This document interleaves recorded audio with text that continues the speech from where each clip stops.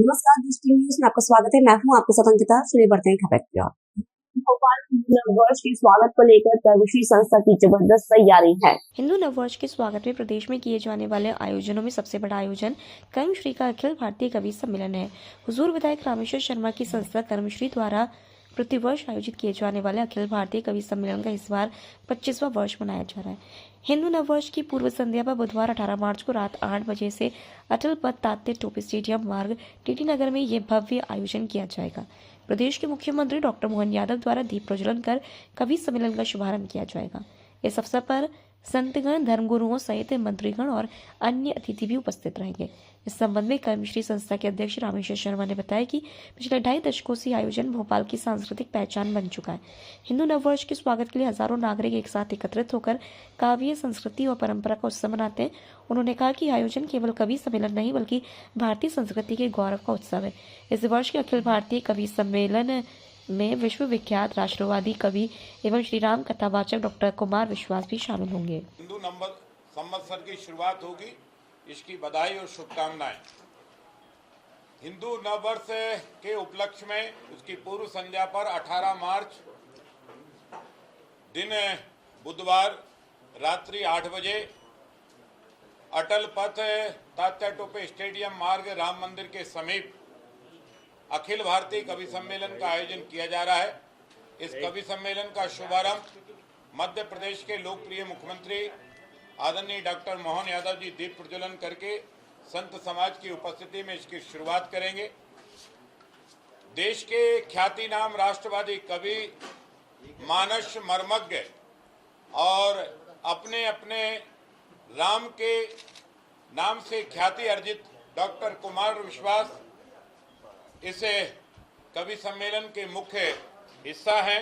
साथ में ही हमारे दिनेश बाबरा जी, संदीप भोला जी, कुशल कुशलेन जी, अजय अंजम जी और सानिया राय जी ऐसे सुप्रसिद्ध कवि जो वीर रस के भी हैं, गीत भी है, गजल भी है, हास्य रस भी है और भारत के परिदृश्य और अंतर्राष्ट्रीय परिदृश्य पर अपने तत्काल टिप्पणी और कविताएं देने वाले ऐसे अनेक कवि इसमें अवसर पर उपस्थित रहेंगे।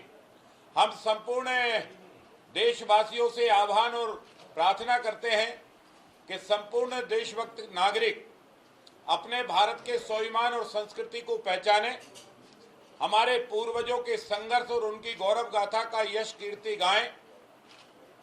राजाधिराज विक्रमादित्य महाराज जो विश्व के ख्याति नाम राजा हुए और कहा जाए तो विश्व की लगभग 64% से ऊपर की आबादी पर भारत का केसरिया परचम फहराया और इसलिए हम सभी सनातनी हिंदू धर्म प्रेमी बंधुओं से प्रार्थना करते हैं कि अपने घरों में, अपने प्रतिष्ठानों पर भगवा झंडा अवश्य लगाएं और जब आप भगवा झंडा लगाएंगे तो ये भगवा झंडा विजय का प्रतीक होता है, स्वाभिमान का प्रतीक होता है। यही तो वो पवित्र झंडा है। जब राम रावण युद्ध हुआ तो भगवान राम की सेना का ये झंडा था। जब महाभारत युद्ध हुआ तो भगवान कृष्ण के जो जिस रथ के सारथी थे उसका ये झंडा था।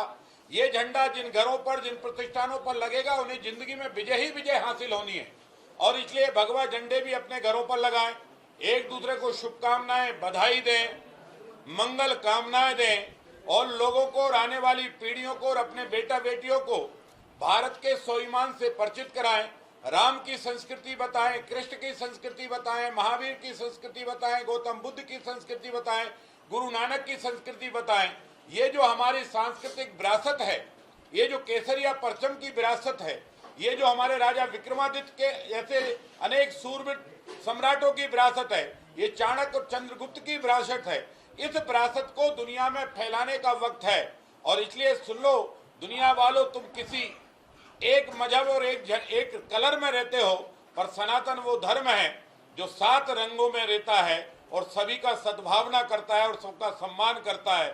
वैसे तो हम चींटी को चुन भी डालते हैं और जब युद्ध की ठान लें तो हम दशानन जैसे भी युद्ध करने में हमारे राम पीछे नहीं हटते हैं और इसलिए मानवता की सेवा और मानवता की रक्षा का ये भारत का और हिंदू धर्म का एक मुख्य उद्देश्य है और इसलिए मैं आप सबके माध्यम से पुनः राजधानी राजा भोज की नगरी भोपाल वासियों से, प्रदेशवासियों से, देशवासियों से ये गौरवशाली क्षणों में उपस्थिति की भी प्रार्थना करता हूं। नहीं आए तो टेलीविजन के माध्यम से सुने, फेसबुक के लाइव से सुने और एक दूसरे को बधाई जरूर दें और हिंदू होने का परिचय दें। हम हिंदू अगर बन गए तो हिंदुस्तान हमारी एकता अखंडता का जो है यशगान अवश्य करेगा। और इसलिए सबके मन में आपका राजनीतिक दल कुछ भी हो सकता है, आपकी जाति कुछ हो सकती है, आपका मत कोई हो सकता है, आपका पंथ कोई हो सकता है, लेकिन हिंदुओं का हिंदुस्तान ये अलग नहीं हो सकता। इसलिए अपने हिंदुस्तान के लिए, अपनी संस्कृति के लिए, अपने केसरिया परचम के लिए, अपने राम के लिए, अपने कृष्ण के लिए, अपने महावीर के लिए, अपने गौतम बुद्ध के लिए, अपने गुरु नानक के लिए इनकी यश कीर्ति जरूर गाइए। और ये जो गुड़ी पड़वा का दिन है, यह चैती चांद का प्रथम दिन है, ये सृष्टि का निर्माण का दिवस भी है। अगर दुनिया के लोग कहते हैं ना कि हम पहले आए, अरे तुम्हारे अब्बा भी पहले नहीं आए, तुम कहां से पहले आए? अगर ब्रह्मा द्वारा सृष्टि नहीं निर्माण की जाती तो ये सृष्टि का कहां से उत्पत्ति होती? सृष्टि की उत्पत्ति तो ब्रह्मा ने की। तो ये ब्रह्मा के सृष्टि का दिवस भी है, ब्रह्मा ने सृष्टि की रचना की इसी दिन राष्ट्रीय स्वयंसेवक संघ के परम पूज्य सरसंघ चालक डॉक्टर केशव बलिराम हेडगेवार जी का भी जन्मदिन है। इसी दिन आर्य समाज की भी स्थापना होती है। और ये तिथियां भारत के विभिन्न प्रांतों में और विश्व के अनेक देशों में अनेक अनेक नामों से ये पर्व मनाया जाता है। हम विक्रम संवत्सर को कहते हैं, कई प्रांत हमारे इसको उगाब्त के रूप में भी बनाते हैं, क्योंकि ये भी एक हमारी वर्ष प्रदा का है। और इसलिए राजा विक्रमादित्य वो सूर्य और पराक्रमी हुए हैं कि इसके बाद जो विक्रमम नाम था, विक्रमादित्य नाम था, ये भारत के 14 राजाओं ने अपने नाम के साथ उपनाम लगाया।